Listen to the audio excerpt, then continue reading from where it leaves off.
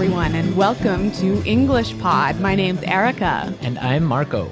So, Marco, how are you doing today? I'm great. I'm really happy to be back, ready to deliver another great podcast for all our listeners. That's right. And we've got an intermediate lesson today about spending money. Yeah, specifically spending money in a company.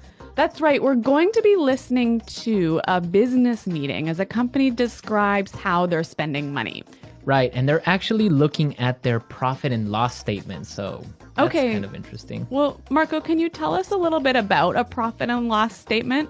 Yeah, sure. Well, all companies come out with a profit and loss statement every year or every 3 months. And it's basically a document that shows all the money that the company is spending and all the money that the company is earning. So it's a document that outlines how much money the company makes and how much it spends. Right. So in the end, basically, it'll tell you we're making money or we're losing money. Okay. So we're going to be listening to some people discuss a profit and loss statement in just a moment. But before we do that, it's time for Vocabulary Preview. Vocabulary Preview. Okay, great. So today on our Vocabulary Preview, we have 2 words for you. So let's take a look at the first one. Expenses. Expenses. Expenses. Expenses. So expenses are things that you have to spend money on regularly.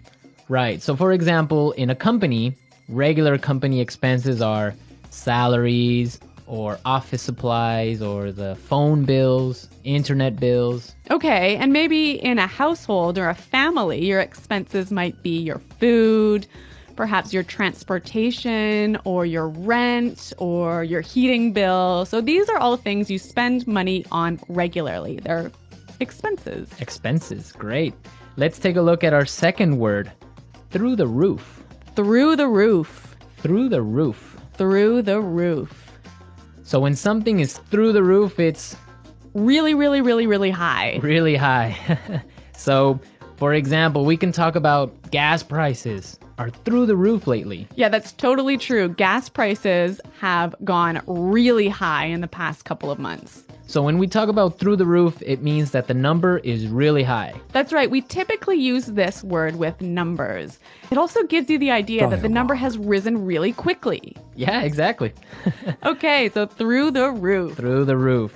All right, Marco, do you think it's time for the dialogue? Yep, let's listen to the dialogue. As always, the first dialogue is going to be a little bit fast, so it might be a little bit difficult, but don't worry if you don't understand everything, because we will explain all of the key language in a minute.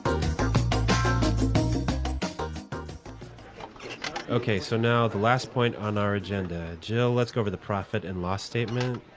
Great.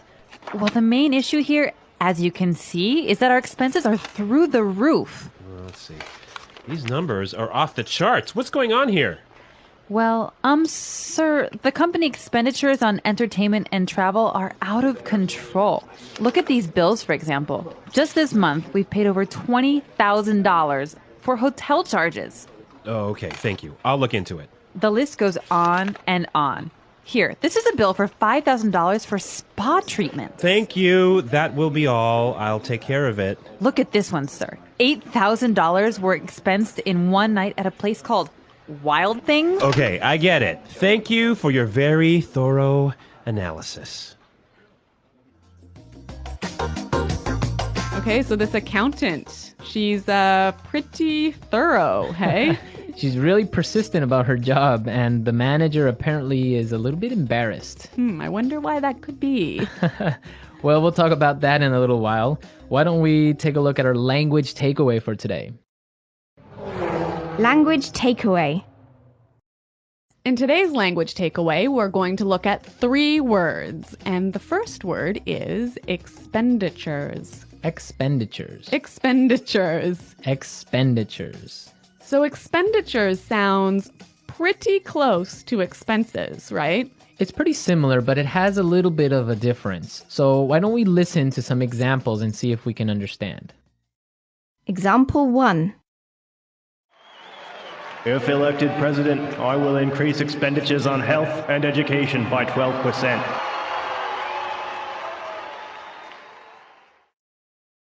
Example 2. We really need to control our travel expenditures. From now on, all managers will fly economy class. Example 3. Because of the rise in oil prices, expenditures on food are higher than they have ever been. So expenditures is the total amount of money that you're spending on something. Right. That's the total amount of money versus expenses is the things that you spend money on. Okay, that's really clear. Mm-hmm. Our next word is out of control. Out of control. Out of control. So when something is out of control, it's crazy. Crazy. You can't control it. Exactly. You can't stop it. You can't stop it. Right. Out of control. Okay, great. Now let's take a look at our last word for today. Go over. Go over. Go over. Go over. So go over is a pretty simple word. Why don't we listen to some examples so we can understand go over? Example 1. I need to go over this report one last time to make sure there are no mistakes. Example 2. Can you help me go over my presentation? I want to make sure it's perfect. The second paragraph of the dialogue. Example 3.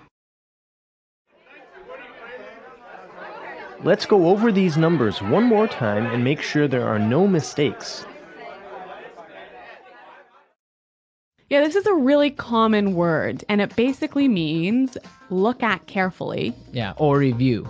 In English, we often find simple little words, they fit together really well. And you think, oh, they're so easy, like the word go, over, so easy. Yeah. But it's the way that they interact with each other that makes them... Or it makes you sound much better. Exactly. So go over in this case, we might say, let's go over the lesson. Let's go over the lesson. Yeah, that Or- sounds great. Yeah, that's a more natural way of saying something like that. Okay, so we've taken a look at our language takeaways for today. I think it's time to listen to the dialogue one more time. And this time, the dialogue will be slower so we can understand and listen to all the words we just talked about.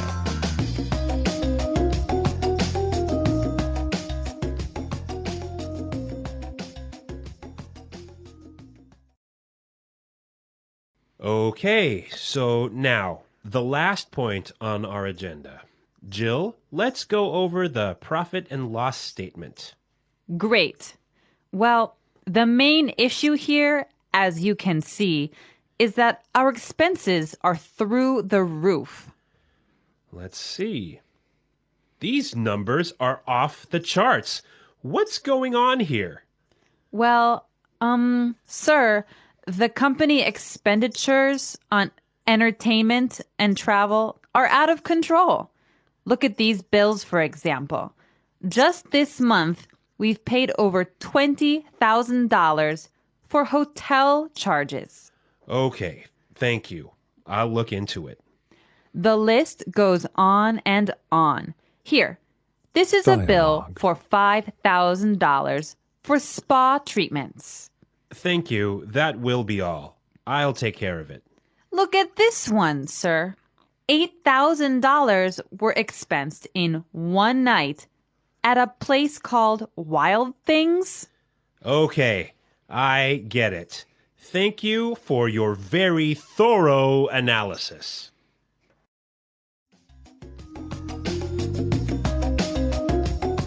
Okay, so I got it. Yeah, it's clear now. Yeah, and you know, I heard a lot of really great phrases in this dialogue that I'd like to look at now in Fluency Builder. Fluency Builder. Great, so today on Fluency Builder, we have 3 words for you. Let's start by looking at the first one. Off the charts. Off the charts. Off the charts. Off the charts. So this word is very similar to through the roof.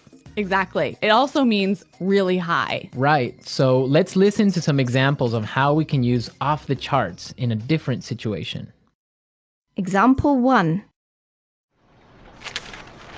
Oil prices have gone up and our costs are off the charts. Example 2. Excellent job, Susan. Your sales are off the charts this year. Example 3. Our losses are off the charts. That's it. No bonuses for anyone. So, Marco, do you think I can change off the charts for through the roof in these examples? Yeah, you can. Definitely. You can use off the charts or through the roof. Both of them mean the same thing. Okay, so two ways of saying really, really, really high. Really high. But they're very commonly used in a business setting. Yeah, that's true. Okay, so this next word is a phrase that you can use if you want to tell somebody that you'll check something or you'll investigate something. Right, and we heard it in our dialogue, so let's listen to the clip. I'll look into it. I'll look into it. So look into that. That means I'll check something. Yeah, I'll see what's happening. Yeah. Does it mean you're going to take action? No, it doesn't. Okay, so I think we've got another word that does mean you're going to take action. I'll take care of it. I'll take care of it. So this word means that you're going to do something about it. I'll take care of it. I will take responsibility. Exactly. So I will do something about it. Yeah. I will investigate and I'll do it. Yeah, again, two great phrases. I'll look into it. I'll take care of it. Okay, so now let's listen to the dialogue a third time. It's going to be at its normal speed, but now you have all the tools you Vocabulary need preview. to understand it a lot better.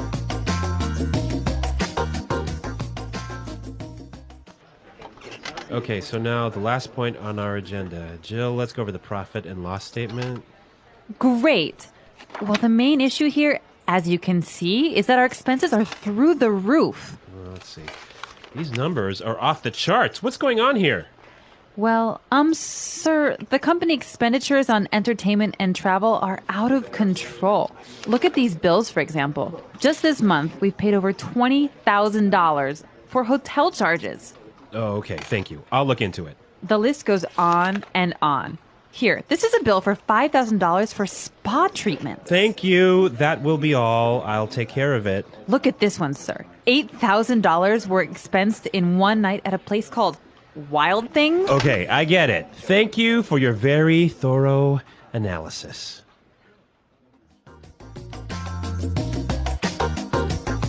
Well, Marco, I guess one of the benefits of being an executive in a company, especially a large company, is you get a lot of amazing benefits. Yes.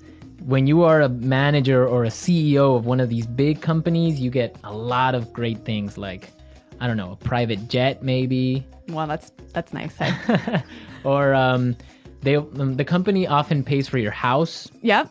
Or for your car, they'll give you a company car. Mm-hmm. They'll pay for your kids or your children's tuition for high school. So there are school fees. Yeah, yeah. Okay. And also, I've heard about entertainment bonuses. Yeah. So you can go out to a restaurant, get the receipt, and claim the expenses at work. Those are some great benefits, right? So, Marco, I'm curious to know what our listeners' expenses are. Yes, we definitely want to know what crazy expenses you have. For example, Well, let's see. My spending on Coke Zero has gone through the roof since we started this podcast. yes, you spend a lot of money on Coke Zeros every week, right? Yeah, I probably have about, 10 a week. Well, for example, I spend a lot on DVDs each week. I usually buy 2 or 3 movies. That is off the chart. That is off the charts for DVD spending. Okay. So we want to know what you spend your money on. Be sure to go into our community website and tell us what you spend money on. That's right. You can find us at englishpod.com. And Marco and I are always there to respond to your questions and comments. Great. So we'll see you there. And until then, it's goodbye. Bye.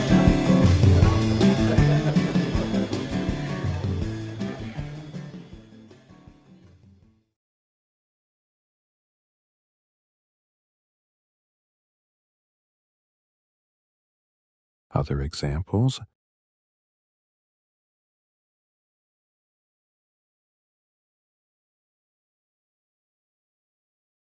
All right, let's dive right in. Today we're tackling the wild world of business finance. Sounds fun. We've got some really cool source material to help us break down all those complex terms you hear in the business world. You know those terms that make you feel like you need an MBA just to understand a simple conversation? Exactly. Like profit and loss statements. What even is that? Don't worry, we'll get to that.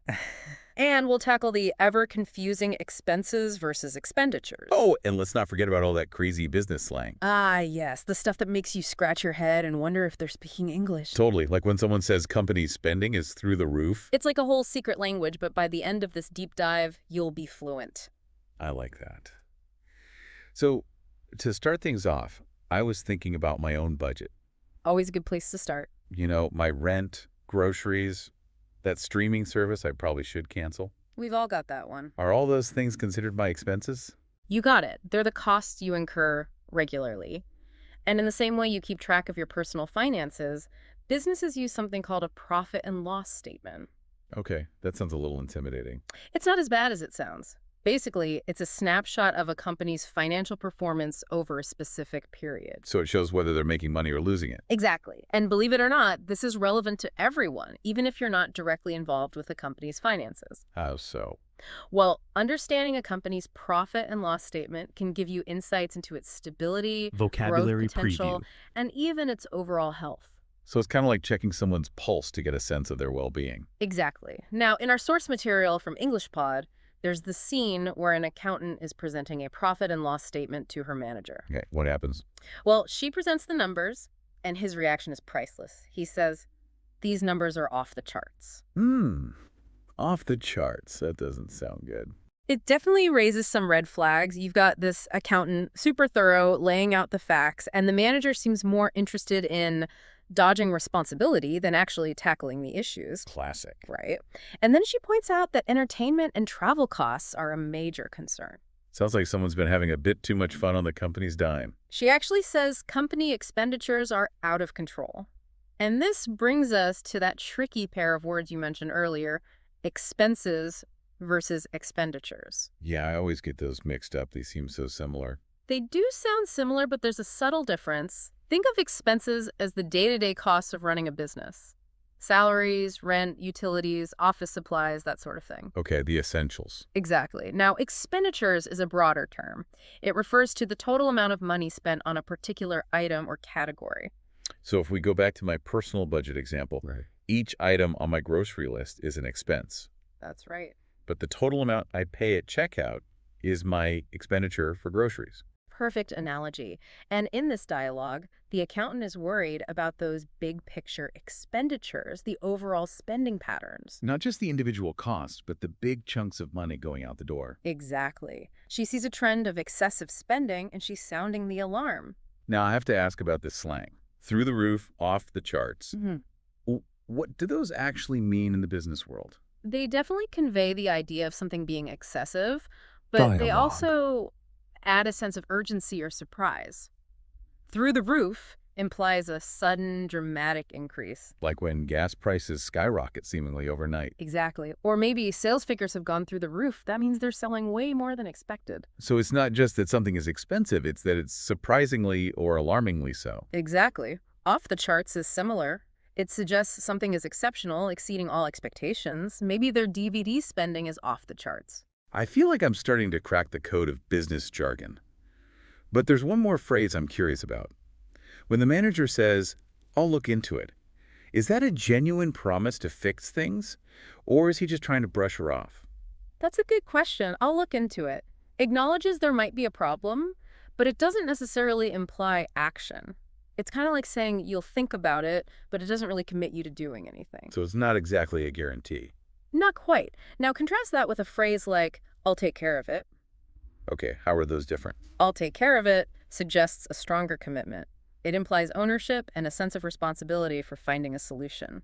So in that meeting, the manager's "I'll look into it" sounds a bit weak. Especially given the accountant's concerns about those extravagant expenses she mentioned. Wait, what kind of expenses are we talking about? Oh, just spa treatments, a night out at a place called Wild Things. Wild Things. That sounds a little too wild for a business expense. It definitely paints a picture of someone enjoying those company perks a little too much. And the accountant is smart to use those specific details to counter the manager's vagueness. It's a tactic forcing him to face reality. It's like she's saying, look, You can't hide from the numbers. Exactly. And that's a powerful lesson for anyone involved in financial conversations, whether at work or in your personal life. Be specific and use those details to support your points. So we've decoded profit and loss statements, tackled the expenses versus expenditures dilemma, and even deciphered some classic business slang. But I feel like there's a lot more to unpack here. You're right. There's always more to uncover. You know, it's interesting, those phrases we talked about, like through the roof and off the charts. Yeah, they're not just colorful expressions. They can actually tell us something about a company's financial dialogue. culture. Really? I hadn't thought about that. Yeah. Think about it. If those terms are used all the time, it could mean they have a relaxed attitude towards spending. Like they're not too worried about budgeting carefully. Exactly. On the other hand, a company that's more careful with money might use more formal language when talking finances. So even the way people talk about money can give us clues about their financial habits. Absolutely. It's those subtle cues that can speak volumes. Going back to the dialogue, I'm really struck by how the accountant keeps pushing back against the manager. Yeah, he keeps giving her those vague promises. Exactly, like, I'll look into it. But she throws out these concrete examples, like that $8,000 bill from Wild Things. Oh yeah, that place. Why is it so important she uses those details? It's a strategy, you see. By giving hard evidence, she's holding him accountable. Because vague excuses don't really cut it when you have actual proof. Exactly. And that's a lesson for anyone talking about money, whether it's budgets or salaries. Data is your friend. It's not just about understanding the words, it's about knowing how to use them to get your point across. Exactly. Now, I know we're talking about company finances, but how does this relate to, the average person? Right, people who aren't dealing with huge budgets every day. These ideas are actually super relevant to personal finances, too. Understanding expenses versus expenditures can help anyone create a better budget. Oh, I see. Just like that accountant used data, you can use budgeting apps to analyze your own spending. It's all about taking control of your money. That makes a lot of sense. One thing that stood out to me in that dialogue was the difference between the accountant and the manager. She's so meticulous, and he just wants to avoid the problem. How common is that? It's more common than you think. There's often tension between people focused on details and those making spending decisions. It's like they're speaking different languages. Right, and that can be a big issue. Everyone needs to be on the same page about finances and communicate clearly. That's what financial literacy is all about, bridging that gap. So it's not just about crunching numbers, it's about having open and honest conversations about money. Absolutely. You need to have that shared understanding. Let's talk about that slang again.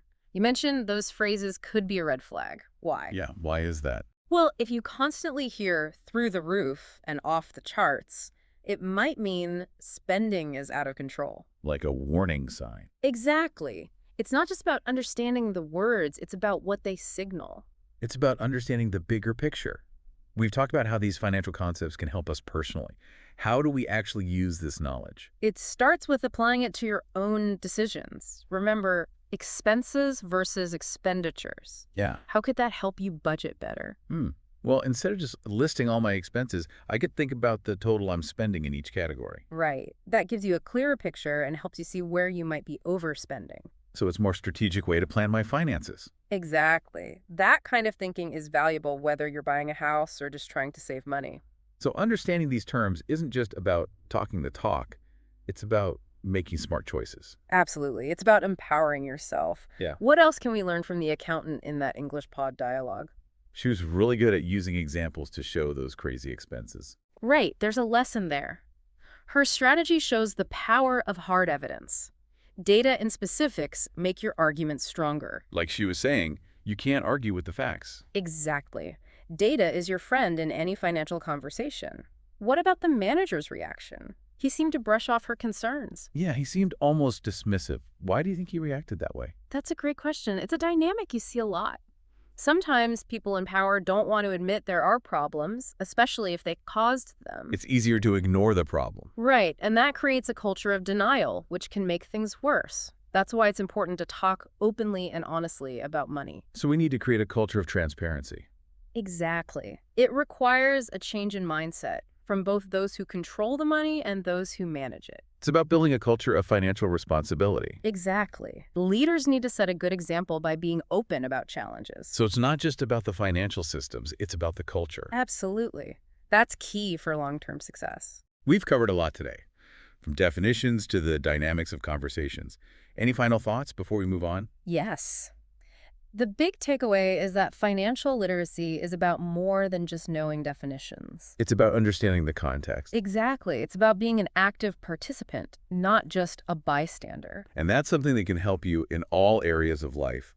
So we've really gone deep into this world of business finance, haven't we? We have. From those profit and loss statements to all those tricky words, like expenses and expenditures. And who could forget all that crazy business slang? Through the roof. It's amazing what we can learn from these terms and phrases, you know? Understanding them can really give you a much better understanding of how a company is doing financially. And it can help you understand those tricky conversations about money. It's like we've learned a secret code. Right. A code that helps us understand those conversations about money, both in the boardroom and when we're just talking about our own personal budgets. Exactly. Before we wrap up this deep dive, can we do a quick recap? What are the key takeaways for our listeners today? Yeah, definitely. First of all, knowledge is power, right? Right. Understanding those key financial concepts, like we talked about today, profit and loss statements, what expenses are and what expenditures are, it really empowers you to make good financial decisions, both in your personal life and in business. It's like having a roadmap to navigate the world of finance. Exactly. It doesn't seem so scary anymore. And second, pay close attention to the language people are using when they talk about finances. Those slang words like through the roof and off the charts, they can give you valuable clues. They tell you something about the company's culture or someone's spending habits, right? Absolutely. And lastly, don't be afraid to ask questions and challenge assumptions. Just like that accountant we were talking about. Yes. It's okay to push for some clarity and accountability when it comes to money. Be an active participant, not a bystander. I like that. And remember, learning about finance is a journey, not a destination. There's always something new to learn, and the more you know, the better equipped you'll be to navigate this complex world. As we wrap up this deep dive, we'd like to leave you with one final thought-provoking question. Now that you have this new knowledge, how will you approach analyzing a company's performance? Or even your own spending habits. What steps can you take today to become more financially savvy? We hope this deep dive has given you the tools and confidence to explore those questions. Thanks for joining us. Thanks for listening.